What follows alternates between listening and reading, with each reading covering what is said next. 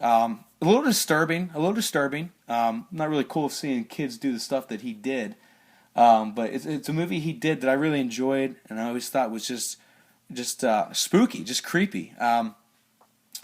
Anyway, so those are my favorite three out of that list right there. And it's just like I said, all of them I really like, but just that those three are the ones that really stick out to me.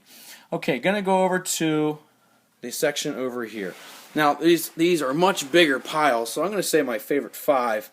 Um, and this right here, my God, there are so many movies I have here that are all really great movies.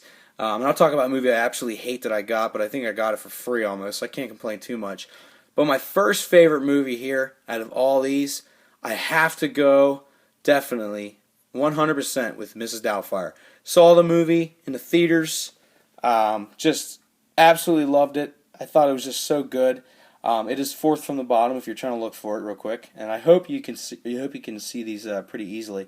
But I just thought that was just such a great movie. I mean, Rob Williams made me laugh so much in that movie. I mean, I'm not going to do all the impressions that happen in that movie or all the lines, but I mean, I think we all know him. But it's just such a great movie. It's so funny, and it's a movie I could pick up right from television and watch no matter where it's at. And there's a lot of good messages in that movie. You learn a lot about certain things with the difference between the grown-ups and the kids and how they have to connect when there's strife in life and all that. And I just think it was a good movie. For number two, out of this whole pile here, I'm gonna have to probably say Major League. I grew up watching that movie with my dad. I think it's like the seventh or eighth from the bottom. I believe I can do a close up. Right there. This is the Wild Thing edition. I've seen that movie so many times. I remember I taped it from USA Network, and the edited version was horrible because they, obviously you can't swear, but it was just so silly. If they would say, I can't remember what, but I just remember it was just a terrible, absolutely terrible edited version. But I had to buy the Blu-ray of it, and it has very good. It looks really good on the TV too, so they did a nice job transferring from like a VHS DVD to a Blu-ray. It looks really good. That's before Charlie Sheen went absolutely insane. Even though I like Charlie Sheen, this was before he went pretty much nuts. Third favorite out of the five I'm going to tell you about that I like the most in this pile, I'm going to have to go, honestly, probably with Kickboxer. It was one of those movies I grew up loving with Jean-Claude Van Damme, even though, again, he's a horrible actor, but just a badass, from the 80s and 90s. I love Tong Po in that. He was a creepy guy, had the real long ponytail, and just beat the hell out of everybody. And I'm pretty sure, if I remember right, I think, spoiler alert, he really beat the hell out of Jean-Claude Van Damme's brother. And I just always thought it was so funny how he and his brother looked nothing alike whatsoever. I mean, this guy had, like, curly dark hair, and huge mustache, and just looked nothing like Jean-Claude Van Damme. I just thought that was so silly. A fourth favorite, and again, I hope you're not going crazy right now telling you movies that I haven't mentioned that you think is definitely number one or two. But like I said, I'm just going through shooting from the hip here, going from what I really feel. Fourth favorite is definitely The Karate Kid. Probably could be number one over Mrs. Doubtfire, but I'm just shooting from the hip here. I'm just telling you what I think. Karate Kid, it's probably about the I don't know, ninth or 10th movie down from the top. Absolutely love that. Miyagi, he's so great. I actually got to meet a lot of the Cobra Kai guys, and they were really cool. I got to meet Johnny Lawrence from the movie. I got to meet John Kreese from the movie. Their real names were William Zabka, Johnny Lawrence, and Martin Kove was John Kreese. And they were so cool. I got to meet them outside of Philadelphia at a convention. And they were just absolutely just really cool people. And I was just so excited. And I remember for Halloween, I think I got the actual Cobra Kai gi and wore it. And I think I got best costume at a local bar. And it was because it was just so legit and looked so real. But Karate Kid is just such a wonderful movie. And there's a lot of parts in the Karate Kid where there's just one camera, and there'd be dialogue for like X amount of minutes. And that, in my opinion, that's some of the best acting because they're not having to act. So I just thought that was really cool. how well the acting was for what it is. It probably wasn't thinking to be such a great movie, but it really was a great movie. And of course, the camera at the very end filming Daniel and Johnny when Daniel does the crane. It's just such a great sequence. It's one of those things that I think every kid my age, plus minus of 5 years, just gets the chills every time they see it.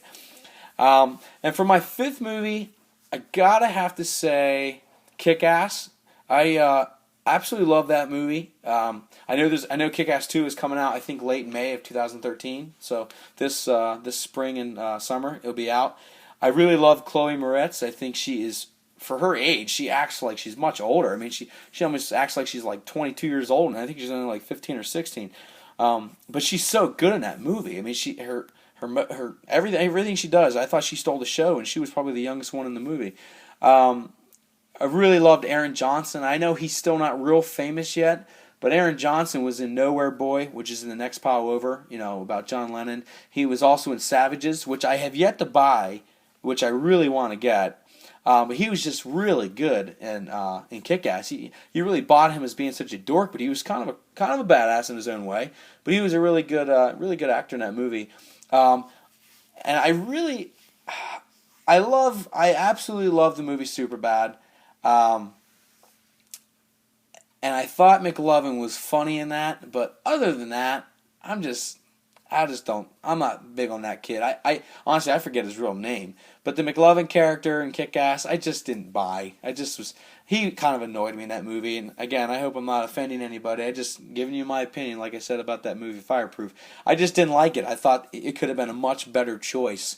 I don't know. I just think he's kind of an annoying actor. He was good as McLovin, but in my opinion, that's it. So that's the top 5 favorites in that pile there. We're gonna move over to this pile here. Let me go back real quick. One movie that I wish to hell I did not buy, I actually didn't buy it, but I got it for free, I think, was Johnny Handsome. It's right here. It's an old Mickey Rourke movie, I think from the early 80s. It is absolutely dreadful. It is terrible. It was one of those movies I was just like, this movie absolutely sucks. I did watch it. I never just like, if I buy a Blu-ray, I for certain will watch the whole way through. But I absolutely just could not stand the movie. I just thought it was just really stupid. So, I mean, I didn't buy it, but I absolutely regret having it. Anyway, just wanted to hit upon that. This pile here, hopefully you can see everything. Sorry, I know it's kind of bumpy. Gonna have to say, for my top favorite ones here, number 1, if I would pick one, I would have to go with The Sandlot, which is second from the bottom. I mean, any kid that grew up in the 90s, they watched that movie over and over and over. I'm pretty sure it came out in 93. I know I saw it at a local mall, movie theater, and I saw it with my mom, and I just remember, I just loved that movie. It was so good. I mean, everything about it's good. The one thing I kind of think is interesting is not really, except for like Dennis Leary and maybe Karen Allen, I mean, no one was really famous in that movie. James Earl Jones, but like the kids, no one really made it, in that movie as like a huge star.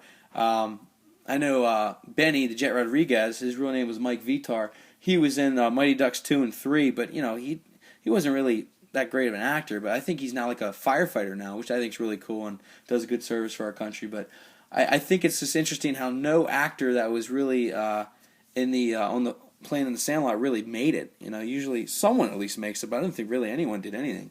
I think Scotty Smalls did that movie Lassie, and that movie was just silly. It wasn't really a movie I'd really care about seeing ever again. But other than that, I thought it was just such a great movie, and it does remind me of my buddies when we used to play pickup games as kids. It's just so cool, like just seeing how the stuff they did in the movie is the same stuff we did in the movie, even like before the movie came out. So I didn't feel like we were copying. But I just loved how you just pick up a game from riding around your bike and having like a book bag with your with your glove, or not with a bat unless you put it out from the top of the book bag. But I just remember doing that and just loving that, and I miss that a lot. My second favorite out of all these here, again, I hope I'm not saying movies. I hope I say movies that y'all like, but again, shooting from the hip here, and I have to say, Old School's number two. I can still remember seeing it in high school, and I think I saw it like, I don't know, senior year maybe, and just I remember seeing it with all my best buddies from school, and we just laughed, our asses off. I think that movie kind of set the tone for the way comedy is now. It's just because it's so silly and self-deprecating, and Will Ferrell just, he's so funny because he's just, Frank the Tank, he just absolutely just kind of gives up on himself, and he just doesn't give a shit. I just love that. I just think it's so cool how he's just so real as a person, and he can't control his booze and stuff like that. And he seems like such a nice, loyal husband and so soft and kind. But when he gets hammered, he just goes nuts and streaks. And I just thought it was so cool. And I feel like there are people like that. So the movie felt very real to me. But it's just such a great movie. Number 3 out of all these, I got to go with Night at the Museum, which is I'm pretty sure is third from the top. I don't know what it is about that movie, but I felt like a kid again just watching that.